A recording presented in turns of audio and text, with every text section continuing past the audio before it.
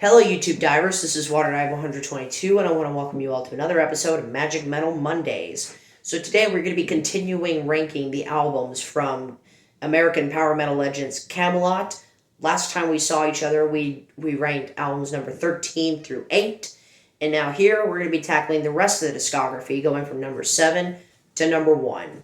All the albums that we're going to be talking about here in this video are all amazing albums. Like, at the very least, all these albums are 9 out of 10s. So, yeah, let's go ahead and get this party started. So coming in at number 7, we have the 2012 album, Silverthorn. This was the first album to feature Tommy Karavik on the vocals, and right off the bat, he just sounds so good. He absolutely fits in this band like a glove. His voice is very theatrical and very Broadway-esque, which is just what an amazing, bombastic, power metal, symphonic metal band like Kamelot needs. Especially now that Roy is out of the band, and they needed another vocalist, and they made the right choice with Tommy. And this record was kind of a hit with the Kamelot fan base right away. And I can definitely see why. There are a lot of great tracks on here. You have the title track, Silverthorn, Ashes to Ashes, Sacrimony, Song for Jolie, Veritas, Solitaire, and my favorite song on the album has to go to the three-part mini epic, Prodigal Son. Honestly, this is one of the best songs from the Karavik era, if you ask me. Definitely a fantastic mini epic. I wish they wrote more of these longer songs. But, yeah, overall, Silverthorn, a very good album, but my biggest issue with this is, once again, the production. I think this is a little bit better produced than... I think this is one of their better sounding albums. This is the best sounding album that they've made since the Black Halo, or maybe even Epica, if you really want to stretch it that far. But with Silverthorn, it still feels like that there are moments across the album where songs feel overproduced, overcompressed, loud, and unbalanced. But it's nowhere near as noticeable on records like as it is on records like Haven or Poetry from the Poison, or even some moments in Ghost Opera, if I'm being totally honest. But, yeah, Silverthorn, a very nice introduction to Tommy Karavik in Kamelot, and, yeah, very strong album. So, yeah, Silverthorn comes in here at number 7. Number 6, speaking of great Tommy Karavik albums, we got the 2018 album, The Shadow Theory. Whoa, man, this album is definitely a roller coaster, I will say that. But it's a roller coaster in all of the right ways. This album is definitely their best, one of their best albums since the Black Halo, if you ask me. Yeah, but Shadow Theory, once again, just completely blew my socks off when I listened to this. And that's one thing that I love about Kamelot. I love it when they blow me away, and they continue to blow me away with the music. And with their music, which kind of really stopped for me after the Black Halo. Like with Ghost Opera, the Poetry for the Poison, Silverthorn, and Haven, those records didn't blow me away as much as, like, say, the Fourth Legacy or Karma or Epica or the aforementioned Black Halo. But with the Shadow Theory, it really feels like the band is making a valiant effort to return to that classic power metal, symphonic metal style that they got famous for, while also throwing in some more progressive metal spices here and there.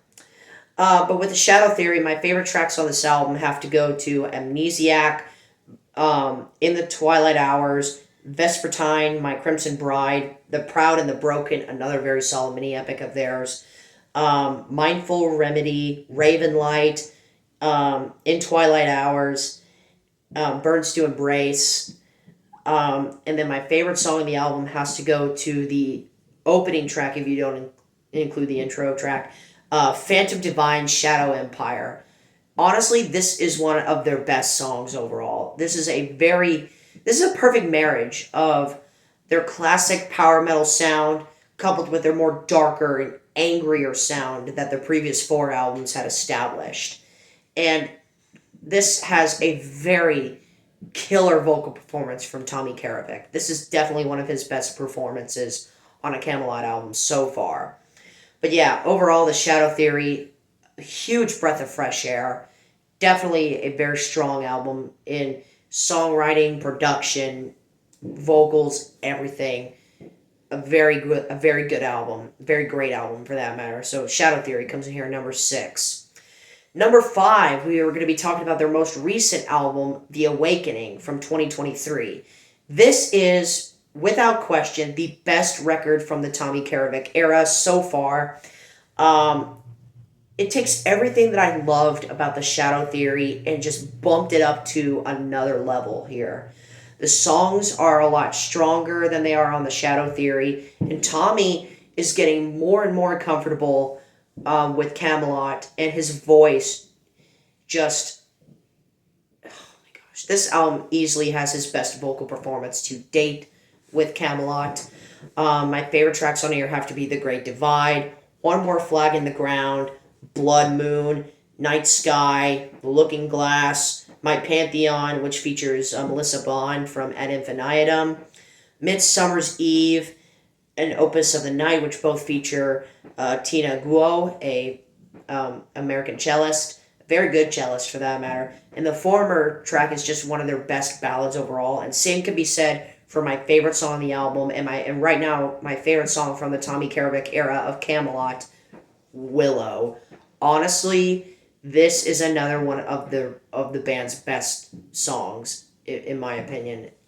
This song, boy, is just so devastating, and Tommy's theatrical Broadway style vocals is just makes this song even more devastating, if you ask me. Willow, absolutely amazing. The Awakening, definitely one of the best albums from 2023. And in my opinion, the best Kamelot album with Tommy Karavik. So yeah, with that said, The Awakening comes in here at number 5. Now, these last 4 albums are, I think, what many Kamelot fans would consider their best albums. These all have Roy Khan on the vocals, and this is pretty much where the band peaked. All 4 of these albums are classic power metal albums, and generally, these are the band's best albums. So how do I rank them, you may say? Well, let's find out. So number 4, we have the 2003 album, Epica. This is probably many Kamelot fans is number 1. But, yeah, and I love the album. The album is fantastic, but I do have just a few minor issues. My biggest and only gripe with Epica are the interlude tracks. Now, I know this is a concept album, or at least the first part of a concept album that would be followed on with the Black Halo, but we'll get to that later. And I get it. The interlude tracks are very important to the story. They add, and they're needed in a longer album like this. But they're very well written and very well performed. Like that's not the issue.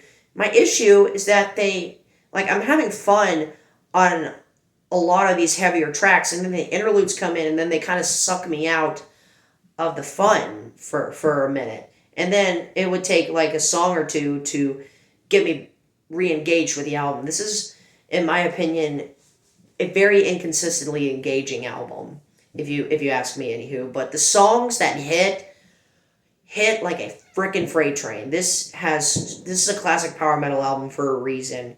You have Center of the Universe, Farewell, The Edge of Paradise, Three Ways to Epica, Lost and Damned, Descent of the Archangel, the crushing ballad that is Wander, and then my favorite song on the album and one of the most iconic Kamelot tracks of all time, On the Coldest Winter Night. Oh my goodness gracious. This song just is freaking amazing. One of my absolute favorite tracks from this band. I love On the Coldest Winter Night. And it definitely has one of Roy's most haunting and most expressive vocal performances to date.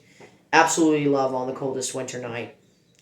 And I love Epica. This album is absolutely lives up to the hype, but because of those minor nitpicky issues that I have, it has to come in here at number 4. So with that said, Epica comes in here at number 4. Okay, so number 3, The Black Halo from 2005. This is the sequel to Epica. It continues the story that Epica had already established. I will spare you the details of the concept of both of these albums, or else we'll be here all day. But with The Black Halo, I feel like the songs are a little bit stronger on here. They're a lot darker and beefier and more bombastic than those on Epica. Um, and also, The Black Halo is a little bit more engaging because the interlude tracks are cut down big time on here. There aren't nearly as many interlude tracks on The Black Halo as there are on Epica. And as a result, The Black Halo was a much more engaging album to me. And this album just has amazing songs all across the board. This holds a lot of their standout tracks like Soul Society, March of Mephisto, Abandon, which features Marie Youngblood, the wife of guitar player Thomas Youngblood, When the Lights Are Down, the title track, The Black Halo, which has just one of the most haunting choruses you will ever hear within a Kamelot song. Nothing Ever Dies, a beautiful song. And then my favorite track on the album, and one of the most iconic and one of the best songs from this band, The Haunting, Somewhere in Time, which features Simone Simmons of Epica. Oh boy. This was one of the first Kamelot tracks I ever heard. And yeah, it's no secret as to why many Kamelot fans worship the heck out of this song.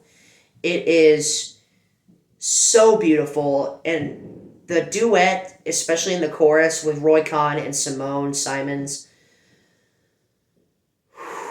it is crushingly beautiful. These two, vocally speaking, are a match made in heaven.